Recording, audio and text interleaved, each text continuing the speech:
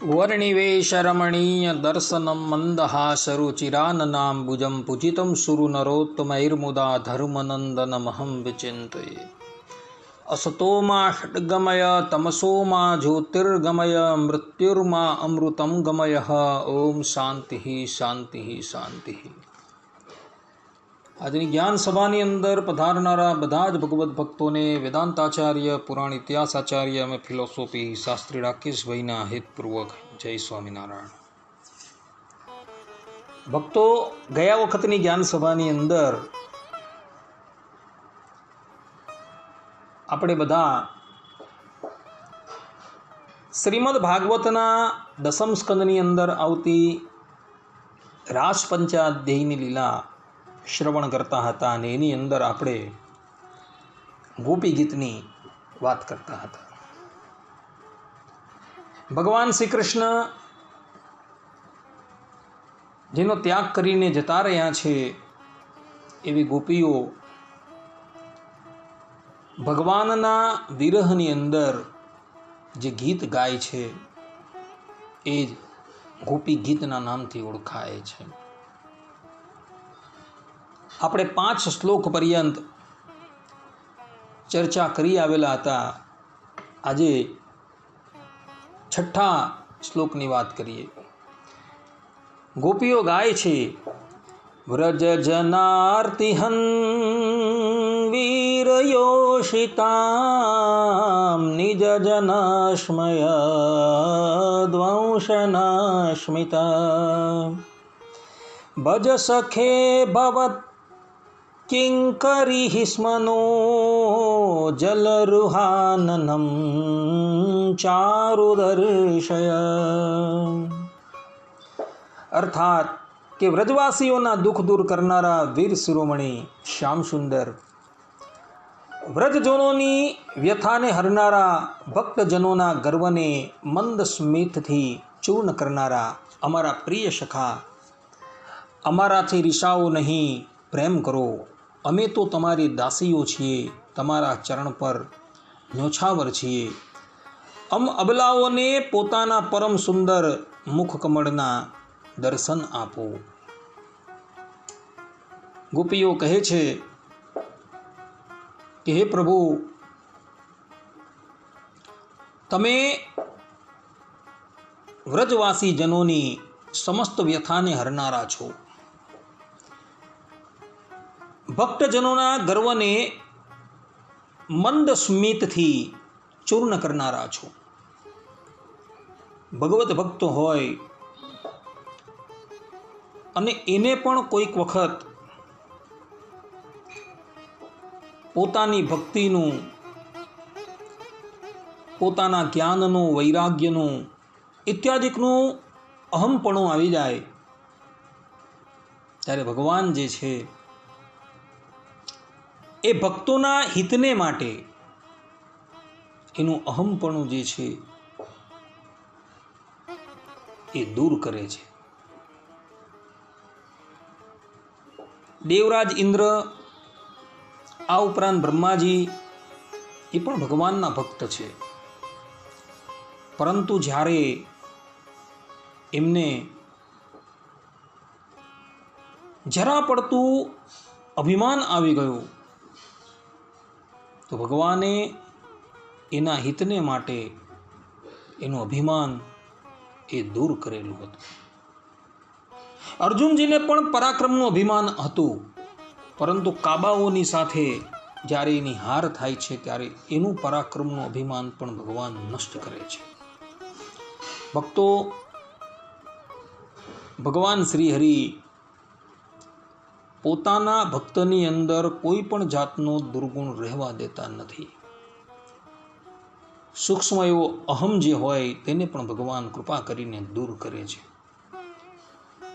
તો એવા હે ભક્તજનોના ગર્વને મંદ સ્મૃતિથી ચૂર્ણ કરનારા અમારા પ્રિય સખા, અમારાથી રિસાવો નહીં, અમને સ્નેહ કરો, અમે તો તમારી દાસીઓ છે, તમારા ચરણ પર ન્યોછાવર છીએ। અબલાઓને પોતાના પરમ સુંદર મુખના કૃપા કરીને આપ દર્શન આપો। ગોપીઓ ભગવાન શ્રી કૃષ્ણની વિનંતી કરી રહી છે. ગોપીઓ કહે છે, પ્રણત દેહિનામ પાપકર્ષણમ તૃણચરાનુગમ શ્રીનિકેતનમ ફણિફણાર્પિતમ તે પદાંબુજમ કુણકુચેષુ નઃ કૃંદિરચ્છયમ. ગોપીઓ કહે છે કે તમારા ચરણ કમળ શરણાગત પ્રાણીઓના તમામ પાપોને નષ્ટ કરી દે છે. તે સમસ્ત સૌંદર્ય માધુર્યની ખાણ છે અને સ્વયં લક્ષ્મીજી તેમની સેવા કરે છે. તમે તે ચરણોથી અમારા વાછરડાની પાછળ પાછળ ચાલો છો અને તમે તે ચરણોને અમારા માટે કાલિય નાગના મસ્તક ઉપર મૂકતા પણ સંકોચ કર્યો નહીં. અમારું હૃદય તમારા વિરહ અગ્નિથી બળી રહ્યું છે અને તમને મળવાની આકાંક્ષા અમને પજવી રહી છે. તમે તમારા તેજ ચરણ અમારા વક્ષસ્થળ પર પધરાવીને અમારા હૃદયની બળતરાને શાંત કરો. ભક્તો, ભગવાનના ચરણારવિંદર જે છે એ કાળ માયા પાપ કર્મોથી ભય પામેલાને માટે એ પરમ ઔષધ રૂપ છે. અર્થાત કે જે મનુષ્ય ભગવાનના શરણાગત થઈ ગયા છે, એમના ચરણ આશ્રિત થઈ ગયા છે, એને પછી કાળ માયા કે પાપ કર્મ કંઈ પણ કરી શકતા નથી. શરણાગત ભક્ત વિભીષણ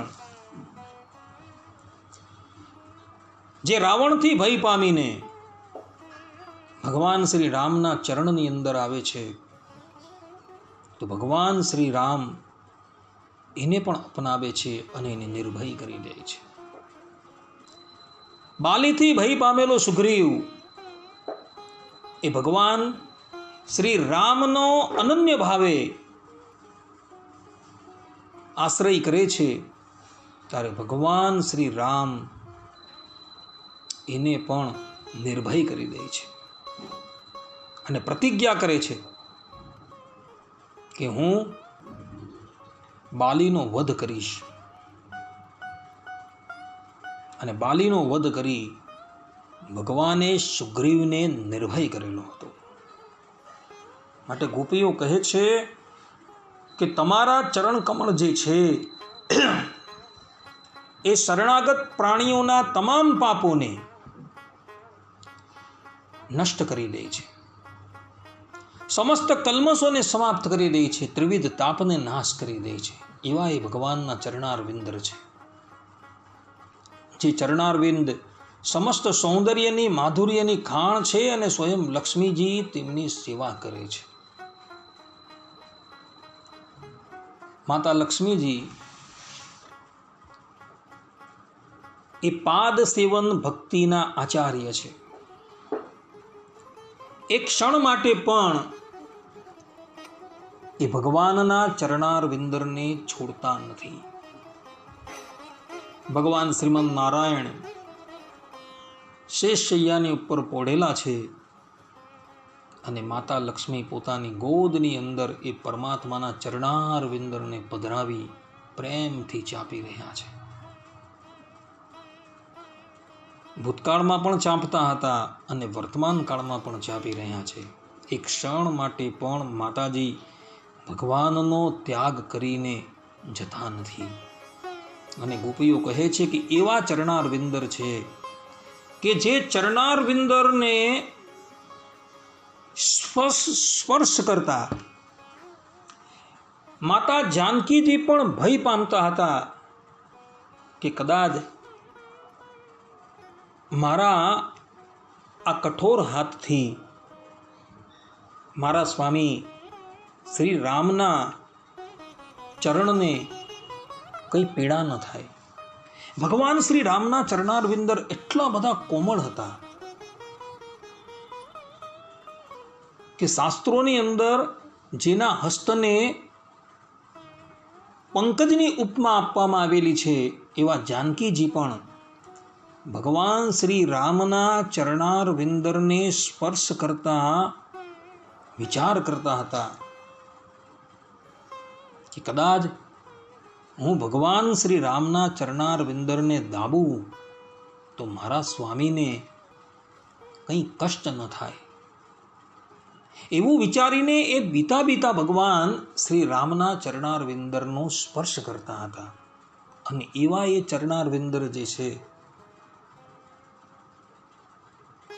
એ પાદુકા પહેર્યા વગર વનની અંદર ફરતા હતા. રામા અવતારની અંદર પણ એ પાદુકા ધારણ કર્યા વગર વનની અંદર ફરતા હતા. કૃષ્ણ અવતારની અંદર પણ ભગવાન શ્રી કૃષ્ણ ચરણ પાદુકા પહેર્યા વગર ગાયોની પછાડી જે છે એ જતા હતા. અને સ્વામિનારાયણ અવતારની અંદર પણ એ જ ભગવાન શ્રી હરિ 7 વર્ષ પર્યંત વનની અંદર ઉઘાડા પગે વિચરણ કરતા હતા.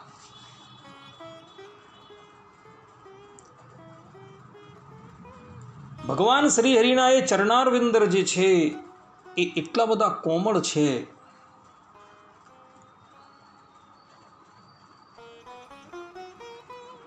કે સાગરની પુત્રી લક્ષ્મીજી જે છે એ પણ એને દબાવતા સંકોચ પામે છે.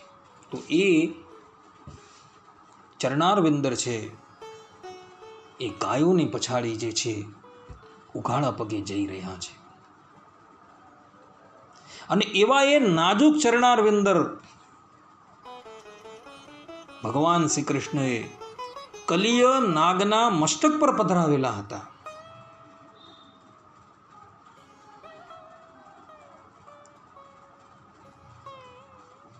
તો ગોપીઓ કહે છે કે હે શ્રી કૃષ્ણ, કે તમને એ કલિય નાગના મસ્તકની ઉપર ચરણ પધરાવતા સંકોચ ન થયો? કારણ કે કલિય નાગ જે છે એ અત્યંત વ્યસયુક્ત હતો. તો આવા વિષયુક્ત પ્રાણીના મસ્તકની ઉપર તમે તમારા ચરણાર વિંદર પધરાવ્યા તો શું તમને કોઈ સંકોચ ન થયો? તો આવા આ ચરણાર વિંદર છે કે જે શરણાગત ભક્તોને અભયદાન આપનારા છે. તો એ ચરણાર વિંદર પ્રભુ તમે અમારા વક્ષસ્થલી ઉપર પધરાવો, જેથી કરીને અમારી હૃદયની જે બળતરા જે છે એ શાંત થઈ જાય. ભક્તો, આ જ ગોપી ગીતની અંદર અગાડી આવશે કે ગોપીઓ જે છે એ ભગવાનના ચરણાર વિંદરને પોતાના વક્ષસ્થલી ઉપર પધરાવતા પણ બીતી હતી. ગોપીઓ વિચારતી હતી કે અમારું વક્ષસ્થલ જે છે એ તો અત્યંત કઠોર છે અને અમારા પ્રિયતમના ચરણાર વિંદર જે છે એ અત્યંત કોમળ છે.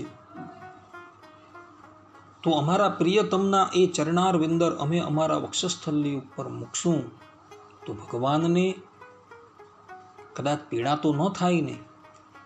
એ પ્રમાણે ભય સેવતી થકી બીતી બીતી એ ભગવાન શ્રી કૃષ્ણના ચરણાર વિંદર પોતાના વક્ષસ્થલી ઉપર પધરાવીને પોતાની જે બળતરા જે છે એ શાંત કરતી હતી.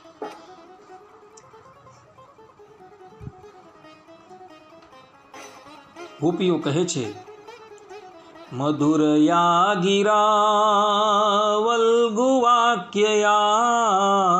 બુધમનોજ્ઞયા પુષ્કરે ક્ષણ વિધિ કરી રીમા વીરમુયતી યદરસીદુના આપ્યયશ્વનઃ. ગોપીઓ કહે છે કે હે કમલનયન, તમારી વાણી કેટલી સુંદર છે. તેનો એક એક શબ્દ, એક એક અક્ષર અતિ મધુર છે. તે મોટા મોટા વિદ્વાનોને પણ મુગ્ધ કરી દે છે. તેના પર તેઓ પોતાનું સર્વસ્વ ન્યોછાવર કરી દે છે. તમારી તે જ વાણીનું રસાસ્વાદન કરીને તમારી આજ્ઞાંકિત દાસી ગોપીઓ મોહિત થઈ ગઈ છે. હે દાનવીર, હવે તમે દિવ્ય અમૃતથી પણ મધુર અધરામૃતનું પાન કરાવીને અમને જીવનદાન આપો. અમને તેનાથી રસ તરબોળ કરી દો. ભક્તો, ભગવાનની વાણી જે છે ને એ એટલી બધી મધુર છે કે એક વખત જો એનું પાન કરવામાં આવે ને તો મનુષ્ય જે છે એ વાણી સાંભળવાની અંદર એવો તો એકલીન થઈ જાય કે એને પોતાની પણ સૂધ બૂધ રહેતી નથી. આ સંબંધમાં દ્રષ્ટાંત આપણા સત્સંગી જીવનની અંદર આવે છે. મરીચ્યાદિક ઋષિઓ સમસ્ત તીર્થાટન કરીને જ્યારે બદ્રિકા આશ્રમમાં નરનારાયણ દેવના દર્શન કરવા માટે જાય છે અને નરનારાયણ દેવના દર્શન કરી એવો નરનારાયણ દેવની સન્મુખ જ્યારે બેસે છે અને જ્યારે નરનારાયણ દેવ એઓને પોતાના વચનામૃતનું પાન કરાવતા હોય છે ત્યારે ઋષિ મુનિઓ ભગવાન નરનારાયણ દેવની વાણી છે એ સાંભળીને પોતાનું દેહભાન ભૂલી જાય છે. એને ખબર નથી રહેતી કે આજુબાજુ શું થઈ રહ્યું છે. બસ એકાગ્ર ચિત્તે એ ભગવાનના મુખમાંથી જે અમૃત ઝરતું હતું એને પોતાના કર્ણ દ્વારા પાન કરતા રહ્યા. એવી અમૃતમય ભગવાનની વાણી છે. ભગવાન શ્રી રામ જ્યારે અયોધ્યાની પ્રજાને ધર્મનો ઉપદેશ આપતા હતા ત્યારે એ ભગવાન જ્યારે પ્રવચન કરતા હતા ને ત્યારે અયોધ્યાના વાસીઓ મંત્રમુગ્ધ થઈ જતા હતા. એ લોકોને કોઈ પણ જાતની સૂધ બૂધ રહેતી નથી. અરે ભગવાન શ્રી કૃષ્ણ જ્યારે પોતાના મુખની ઉપર બંસી મૂકી એ બંસીમાંથી જ્યારે સૂર છોડતા હતા ને ત્યારે પશુ છે, પક્ષી છે, દેવો છે, વૃક્ષો છે, એ બધા જ પોતે ભગવાન શ્રી કૃષ્ણની બંસી સાંભળવાની અંદર એકલીન થઈ જતા હતા. પોતપોતાનું કાર્ય જે છે એ છોડીને એ લોકોએ બંસીનો સ્વર સાંભળવાની અંદર મુક્ત થઈ જતા હતા. આવી ભગવાનની વાણીની અંદર જાદુ છે. ગોપીઓ કહે છે કે તમારી એ દિવ્ય અમૃતમય જે વાણી જે છે એ વાણી સંભળાવી અમને જીવતદાન આપો અને અમને તેનાથી રસ તરબોળ કરી દેવું. ગોપીઓ ગાય છે તવ કથામૃતમ તપ્ત જીવનમ કવિબિરીડિતમ કલ્મષાપહમ શ્રવણમંગલમ શ્રીમદાતતમ ભુવિ ગૃણન્તિ તે ભૂરિદા જનઃ. હે પ્રભુ, તમારી લીલા કથા પણ અમૃત સ્વરૂપ છે. વિરહથી વ્યથિત થયેલા લોકો માટે તો તે જીવન સર્વસ્વ છે. મોટા મોટા જ્ઞાની મહાત્માઓ ભક્ત કવિઓએ તેનું ગાન કર્યું છે.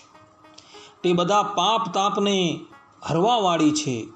સાથે સાથે તેના શ્રવણ માત્રથી મંગલ અર્થાત કે પરમ કલ્યાણનું દાન કરનારી છે. તે પરમ સુંદર, પરમ મધુર અને બહુ વિસ્તૃત પણ છે. જે તમારી તે લીલા કથાનું ગાન કરે છે, વાસ્તવમાં પૃથ્વીલોકમાં તે જ સૌથી મોટા દાતા છે. ગોપીઓ કહે છે અહીં ભક્તો કે તમારી એ લીલા કથા જે છે એ લીલા કથા અમૃત સ્વરૂપ છે.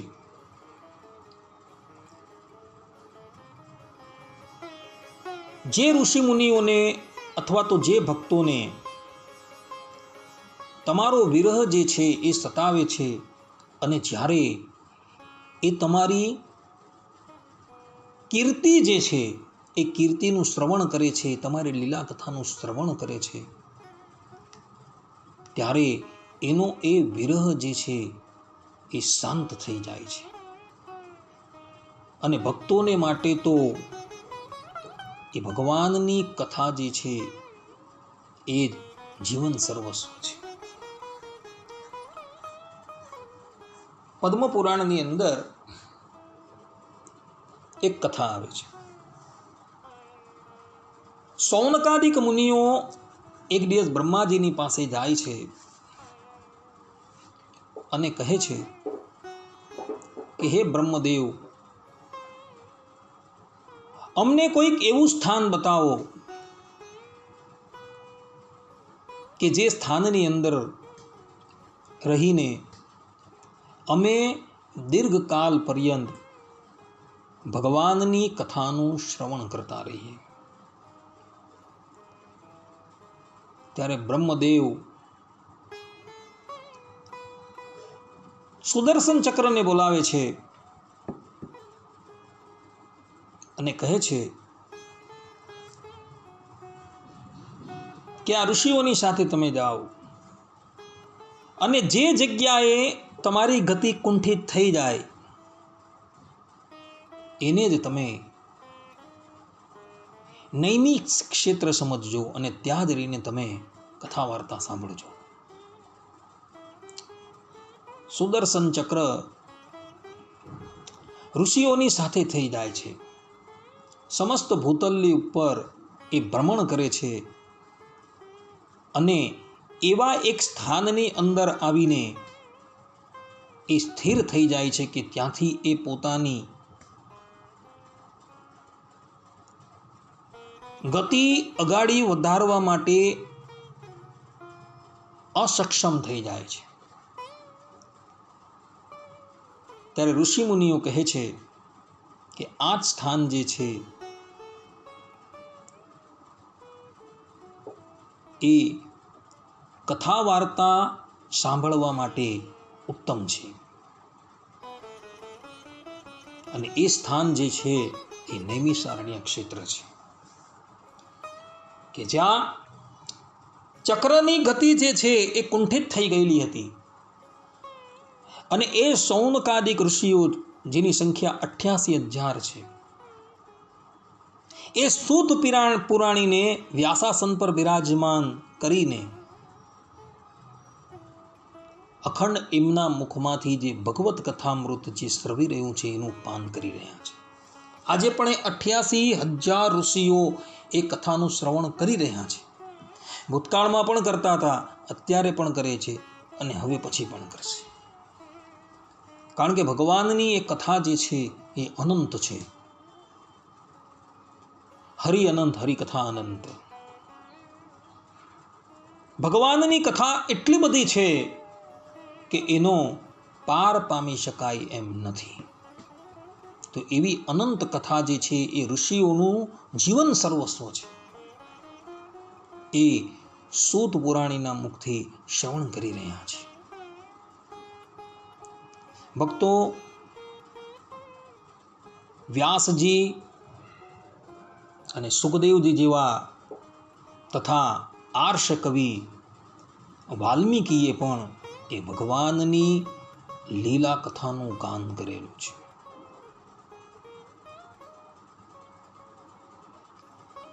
સુખદેવજી મહારાજ જેઓ પૂર્ણ રીતે આત્મ સ્વરૂપની અંદર સ્થિત થઈ ગયા હતા.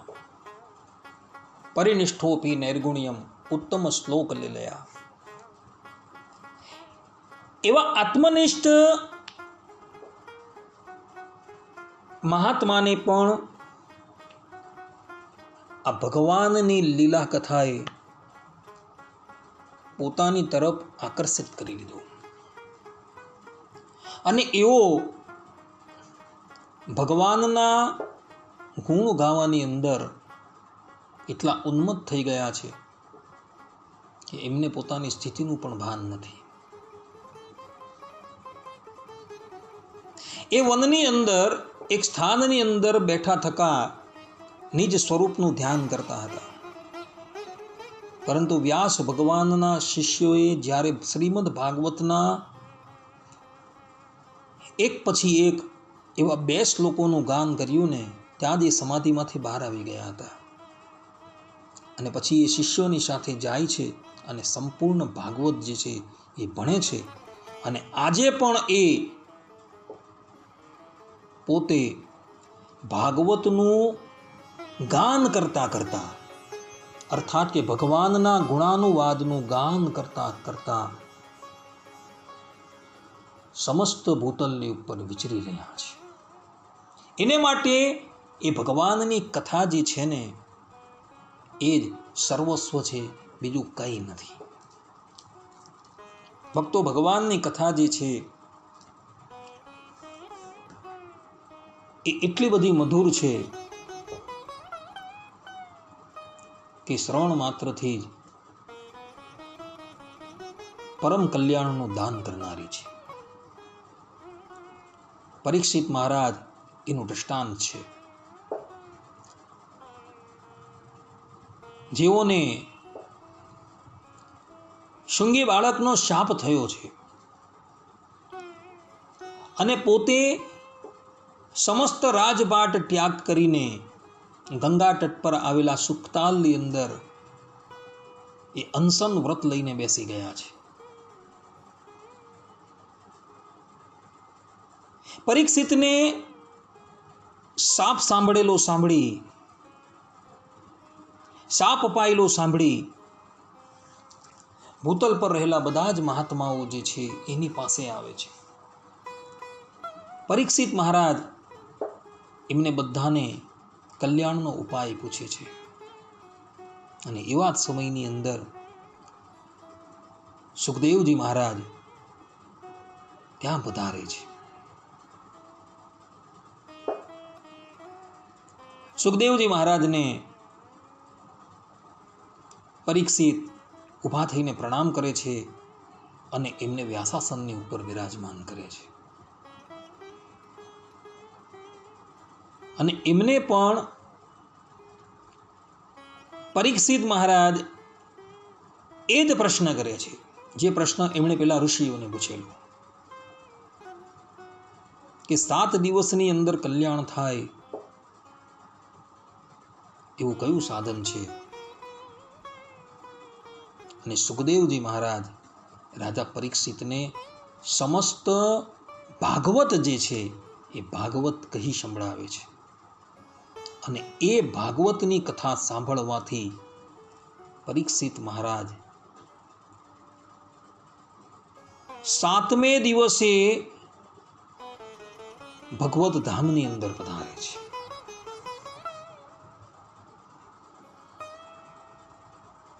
એટલે એ ભગવાનની કથા જે છે એ કથા કલ્યાણનું દાન કરનારી છે. બીજો એક પ્રસંગ જે છે એ ગોકર્ણ અને ધુંધુકારીનો છે. ધુંધુકારી જે છે એ બ્રાહ્મણના શરીરની અંદર પ્રગટ થયો હતો, પરંતુ મહાખલ હતો, અનાચારી હતો. શાસ્ત્રોમાં લખેલા જેટલા પણ પાપો છે એ બધા જ પાપ એ કરી ચૂકેલો હતો. અને એને લઈને જ્યારે એનું મૃત્યુ થયું ત્યારે એ દુર્ગતિને પામ્યો, પ્રેત થયો અને પોતાના ઘરની અંદર જ એ પ્રેત બનીને રહેવા લાગ્યો. પરંતુ એના ભાઈ ગોકર્ણ તીર્થાટન કરીને જ્યારે એ ઘરની અંદર આવે છે અને જુએ છે તો ધુંધુકારી પ્રેત બનેલો છે. એને પ્રેતત્વમાંથી મુક્ત કરવા માટે ધુંધુકારી જે પ્રેત થયો હતો એને એ પ્રેતત્વમાંથી મુક્ત કરવા માટે ગોકર્ણજી સૂર્યદેવને પૂછીને શ્રીમદ ભાગવતની કથાનું આયોજન કરે છે. હજારોની સંખ્યાની અંદર લોકો ત્યાં આવીને બિરાજમાન થાય છે. ધુંધુકારી પણ એક વાંસની અંદર આવીને પોતાનું સ્થાન લે છે. અને 7 દિવસ જ્યારે પૂર્ણ થાય છે ત્યારે એ ધુંધુકારી જે છે એ પ્રેત યોનિમાંથી મુક્ત થાય છે અને ચતુર્ભુજ રૂપ ધારણ કરીને ભગવત ધામમાં જાય છે. એટલે ભગવાનની આ કથા જે છે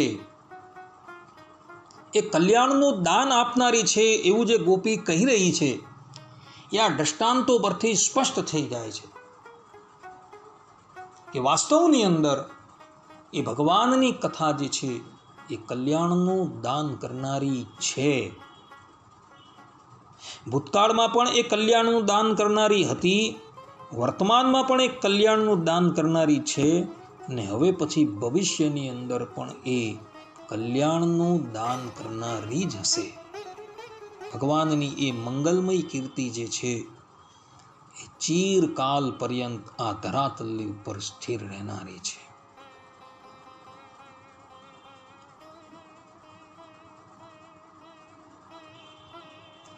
ગોપીઓ કહે છે કે તમારી તે લીલા કથાનું ગાન કરે છે. વાસ્તવમાં પૃથ્વી લોકમાં તે જ સૌથી મોટો દાતા છે, બીજો કોઈ દાતા નથી. મનુષ્યની પાસે ધન હોય, ધાન્ય હોય તો એનું દાન કરે છે અને એ દાન કરવાથી સામેવાળા વ્યક્તિ દુઃખમાંથી મુક્ત થાય છે અને દાન કરનારો જે છે એ પરમ ગતિને પામે છે.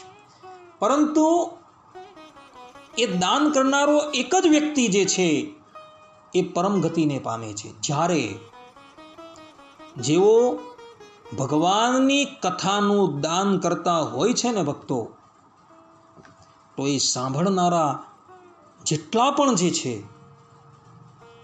એ વક્તા અને શ્રોતા સહિત ભગવત ધામની અંદર પ્રવેશ કરે છે. આ સંબંધની અંદર ગોકર્ણ અને ધંધુકારીનું દ્રષ્ટાંત જે છે એ અવલોકન કરવા યોગ્ય છે. ગોકર્ણજીએ પ્રથમ વખત ધુંધુકારીને માટે કથા કરી અને એને લઈને ધુંધુકારી પ્રેતત્વમાંથી મુક્ત થઈ ગયો. એ ચતુર્ભુજ રૂપ ધારણ કરીને ભગવાનના ધામની અંદર જવા લાગ્યો. ત્યારે ગોકર્ણજી ધુંધુકારીને લેવા માટે આવેલા ભગવાનના પાર્ષદોને પૂછે છે કે હે ભક્તો, અહીં તો હજારો શ્રોતાઓએ શ્રીમદ ભાગવતની કથાનું શ્રવણ કરેલું હતું, તો એ બધાને મૂકીને તમે કેવલ એક ધુંધુકારીને જ કેમ તમારી સાથે લઈ જાઓ છો? ત્યારે ભગવાનના પાર્ષદો કહે છે કે આ ધુંધુકારીએ 7 દિવસ પર્યંત કેવલ ભગવાનની કથા શ્રવણ નથી કરી, પરંતુ એનું મનન પણ કરેલું છે અને એને એનો નિધિધ્યાસ પણ કરેલો હતો. એટલે એના બધા જ પાપો જે છે મુક્ત થઈ ગયા. બીજા બધા લોકો જે છે એ કેવલ શ્રવણ કરતા હતા, પરંતુ એનું મનન ન કરતા હતા અને એનો નિધિધ્યાસ ન કરતા હતા. ત્યારબાદ એમ કહેવાય છે કે પેલા બધા શ્રોતાઓની વિનંતીથી ગોકર્ણજી બીજી વખત કથાનું આયોજન કરે છે અને તે વખતે એ બધા જ શ્રોતાઓ ગોકર્ણજીના મુખમાંથી શ્રીમદ ભાગવતનો રસાસ્વાદ ગ્રહણ કરે છે અને એનું મનન પણ કરે છે અને એનો નિધિધ્યાસ પણ કરે છે અને 7 દિવસની કથા જ્યાં પૂર્ણ થાય છે આ ભગવાનના પાર્ષદો આવી એ બધા જ શ્રોતા અને વક્તાને ભગવત ધામમાં લઈ જાય છે. એટલે ગોપીઓ જે છે એ અહીં કહી રહી છે કે તમારી લીલા કથાનું ગાન કરે છે. વાસ્તવમાં પૃથ્વીલોકમાં તે જ સૌથી મોટો દાતા છે, તે યથાર્થ જ છે. કારણ કે એના દ્વારા હજારો હજાર મનુષ્યોનું કલ્યાણ થાય છે. માટે એ દાતા જે છે એ સૌથી મોટો દાતા છે.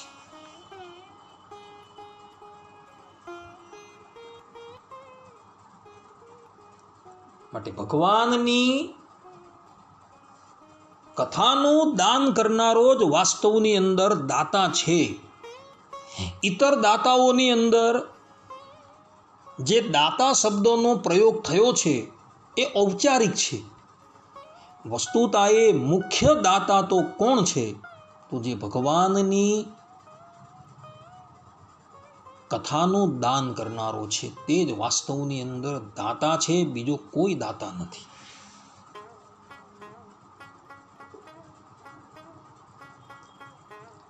ગોપીઓ ગાય છે, પ્રહસિતમ પ્રિય પ્રેમ વીક્ષણમ વિહરણમ ચતિ ધ્યાન મંગલમ રહસી સંવિદો યારુદિસ્પૃશઃ કુહકનો મનઃ ક્ષોભયંતહિ. અર્થાત, હે વહાલા, એક દિવસ એ હતો જ્યારે તમારું પ્રેમભર્યું હાસ્ય અને ચિતવન તથા તમારી જુદી જુદી ક્રીડાઓનું ધ્યાન કરીને અમે આનંદ મગ્ન થઈ જતી હતી. તે લીલાઓનું ધ્યાન પણ પરમ મંગલદાયક છે. પછી તમે મળ્યા, હૃદયને સ્પર્શી જનારી તમારી હાસ્યરસયુક્ત વાતો કરી. હે કપટી, હવે એ બધી વાતો યાદ આવતા અમારા મનને ક્ષુબ્ધ કરી દે. અહીં ભગવાન શ્રી કૃષ્ણને ગોપીઓ કપટી કહે છે અને કહે છે કે હે કપટી, તમારી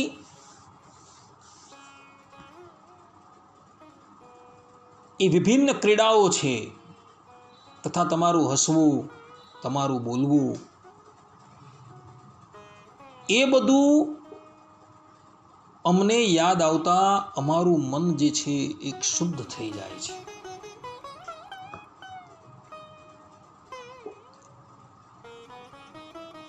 ભક્તો,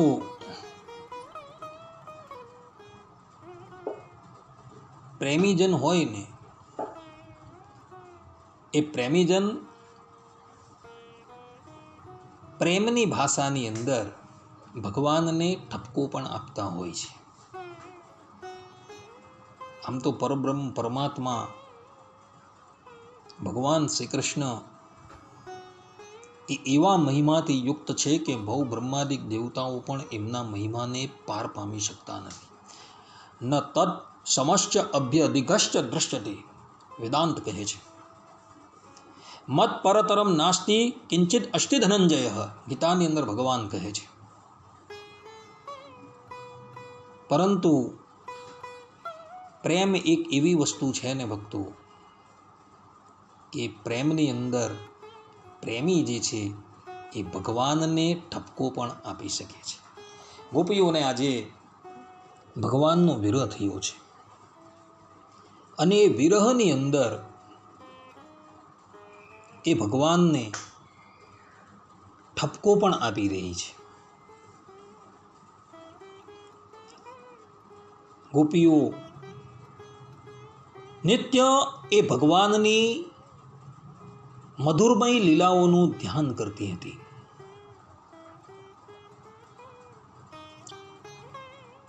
એમનું મન અખંડ ભગવાનની એ લીલાઓની અંદર જ રમણ કરતું હતું.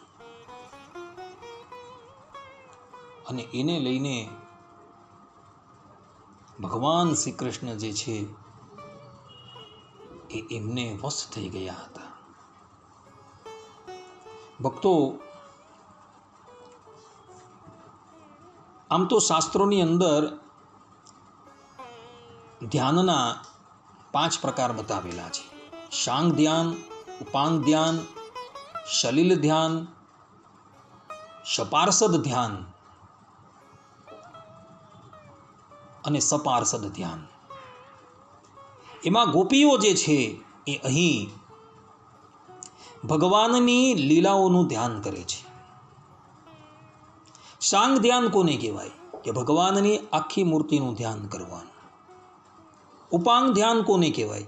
તો ભગવાનના એક એક અંગોનું ધ્યાન કરવું. સલીલ ધ્યાન કોને કહેવાય? તો ભગવાનની લીલાઓનું ધ્યાન કરવું. સપાર્ષદ ધ્યાન કોને કહેવાય? તો ભગવાન પોતે પોતાના પાર્ષદોની સાથે બિરાજમાન છે એ પ્રમાણેનું જે ધ્યાન કરવું તેને સપાર્ષદ ધ્યાન કહેવામાં આવે.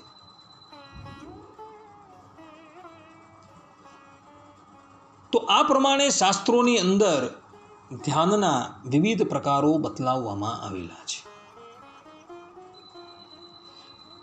તો એમાંથી ગોપીઓ જે છે એ ભગવાનના લીલા ચરિત્રનું ધ્યાન કરતી હતી.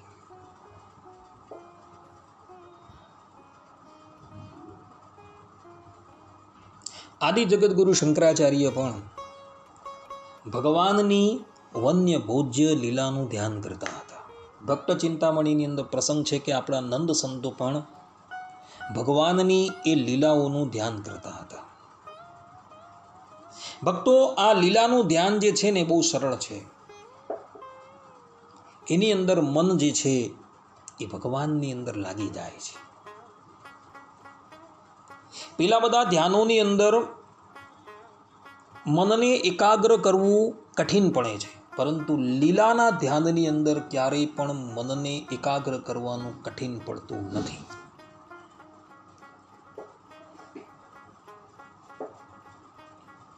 તો આ ગોપીઓ જે છે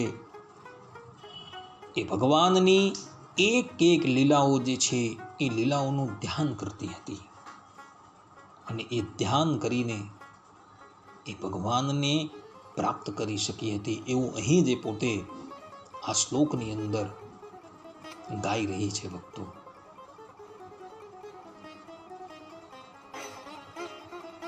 માટે ભક્તો, ભગવાનના એ લીલા ચરિત્ર જે છે એ લીલા ચરિત્રને હૃદયની અંદર ચિંતવન કરજો, જેથી તમને પણ એ પરમાત્માની પ્રાપ્તિ થઈ શકે. આ સિદ્ધાંત વાત છે. આટલું કહીને આજની આ કથાને હું અહીં જ વિરામ આપું છું. ગોપી ગીતના અત્યાર સુધીની અંદર 10 શ્લોકોની આપણે વ્યાખ્યા જે છે એ પૂર્ણ કરી છે. હવે પછી આપણે ગોપી ગીતની અંદર 11મા શ્લોકની વ્યાખ્યા શ્રવણ કરશું. ત્યાં લગીન બધા જ ભગવદ્ ભક્તોને હેતપૂર્વક જય સ્વામિનારાયણ. સર્વે સંતો નિરામયઃ, સર્વે સુખિનો ભવંતુ, સર્વે ભદ્રાણિ પશ્યન્તુ, મા કશ્ચિદ દુઃખ ભાગ ભવેત. અસ્તુ. જય સ્વામિનારાયણ.